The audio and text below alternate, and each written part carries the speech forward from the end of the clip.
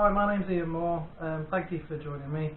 Over the course of the next few months we're going to be sharing some ideas with each other, and I've got a series of business plans which I've done on a separate video and talked about, but just a little bit about me really. I'm a driving instructor. I've realised recently, as a matter of doing some coaching and some other courses, I'm actually quite embarrassed to tell people that I'm a driving instructor, and one of the reasons for that is although I've had some fantastic driving instructors out there, and I know a lot of them, that there are some not quite so good ones, and I'm actually quite embarrassed about saying I'm a driving instructor, because the market and the quality of instructors isn't really where I believe it should be. I want to feel pride and passion and be very proud of being a driving instructor, but there's a few things I want to change in the industry.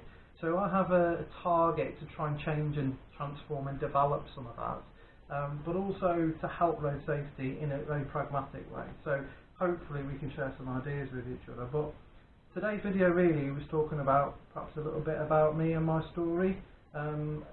Sounds a little bit like I'm a bit selfish talking about those type of things, but I feel like it's worth sharing some of that. To start off with, early in my driving career, I probably had about 30 driving lessons, and I've done some lots of training with Mum on a industrial estate before that, really honing in my clutch control, and I passed, unfortunately, second time in Lichfield, of all places. But unfortunately, probably only a few months, I was only 18, I went to the doctors quite some distance away from where I lived, and on the way back I had some blood tests, and in hindsight I probably should have waited before I got back in the car, but I didn't.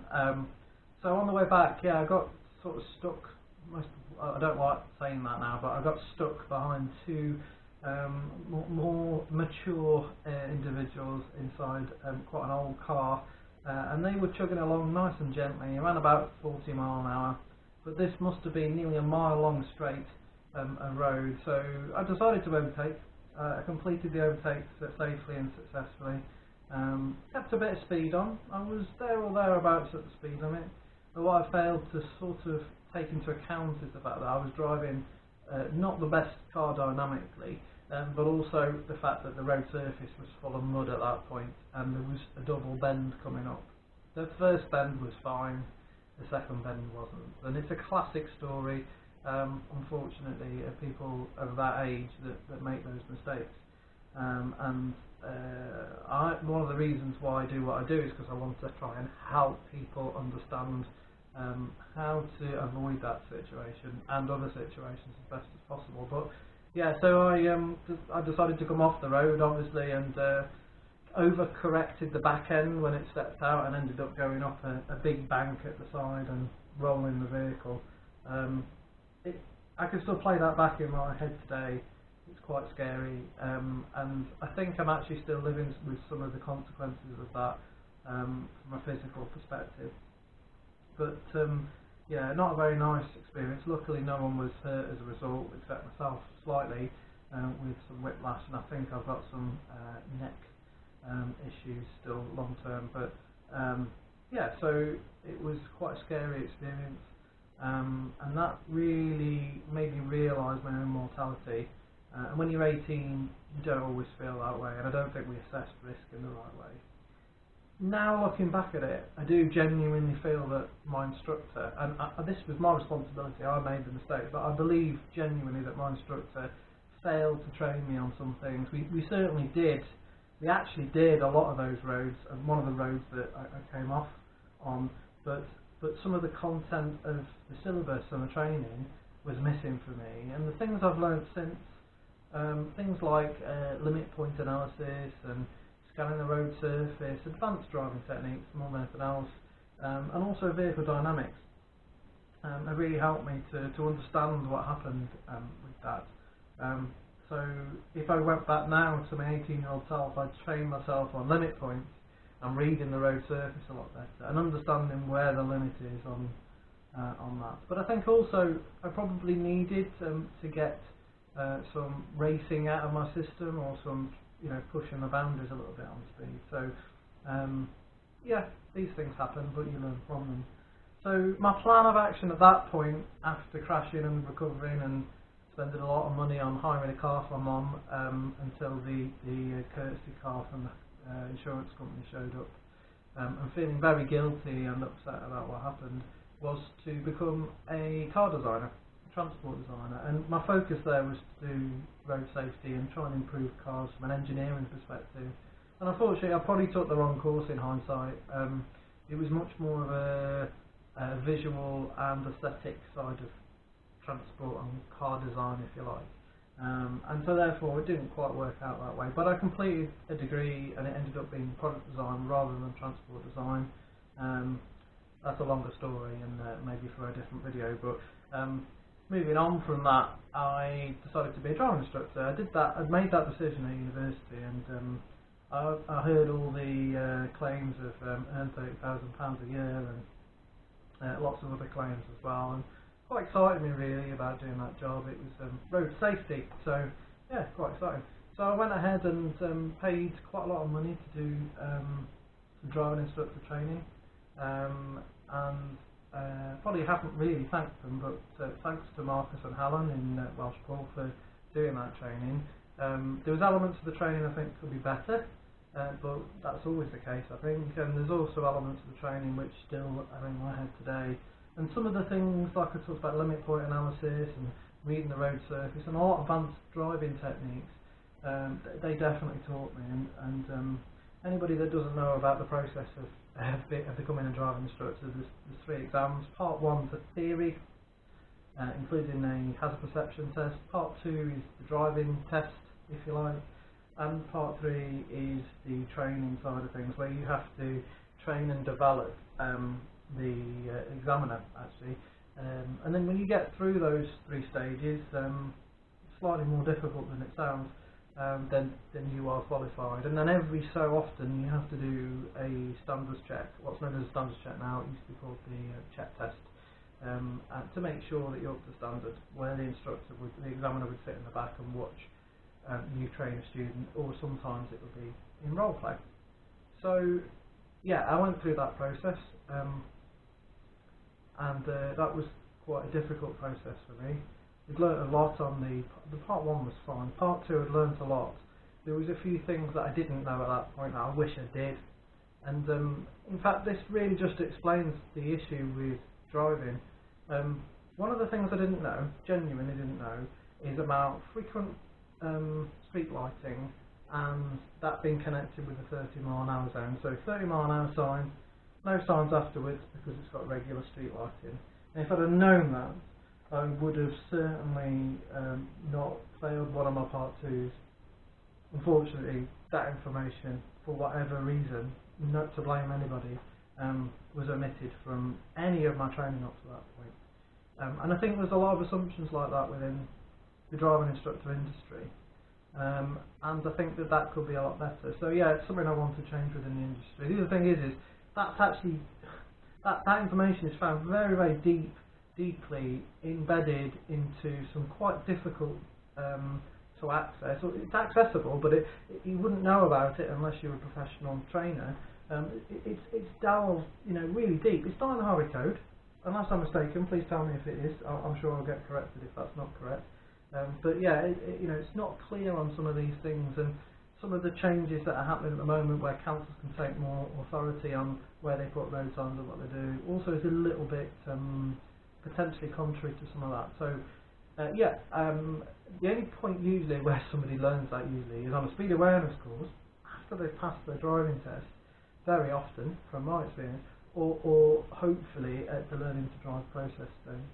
So yeah, so that was a difficult process, and I eventually passed my part 2. I think I could have done a lot better there, and I think that I needed to perform better on some of those tests.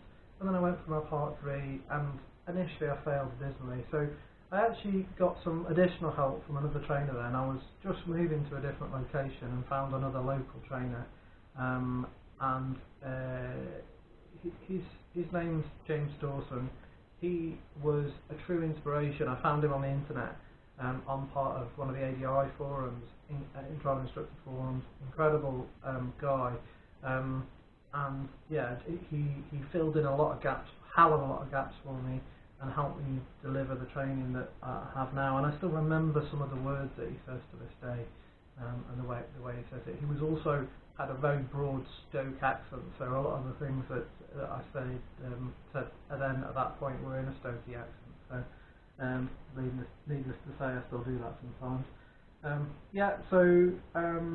Then I then passed my part 3, thanks James, and moved on to setting up my own business, which was one of the hardest things I've ever done in my life. It nearly bankrupted me.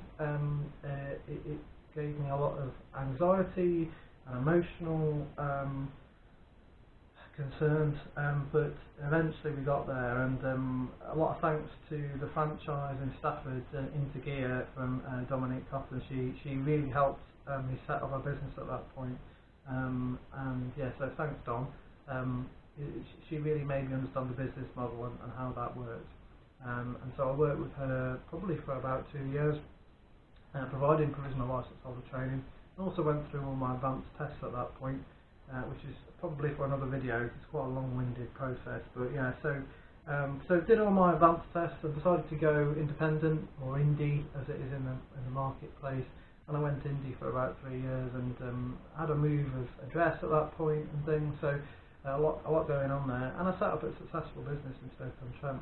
Unfortunately, the recession really affected me, and I could have gone back to a franchise, but I decided that just for a couple of years I wanted to set myself up financially a lot better, and pay off a lot of the debt that I had from doing my training and not running a particularly profitable business for a while, which is one of the things I'd like to change within the driving instructor industry.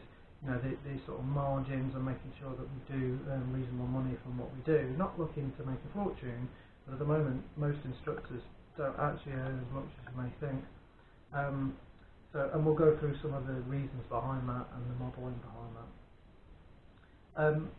I then went into insurance for 2 years, and so thank you for Davies for that, and I met a lot of friends there. It actually gave me real insight into how the insurance market works, which is actually really useful now in what I do now. And then I left that to go back into driving instruction, but this time on the fleet side of things. So at that moment in time, it was Peak Performance offered a contract, which was for doing work for the Olympics, and the Olympics was absolutely incredible, great learning curve. I'd already done my fleet training before I went, a long time before actually, about 2 or 3 years before I went to do the Olympics, but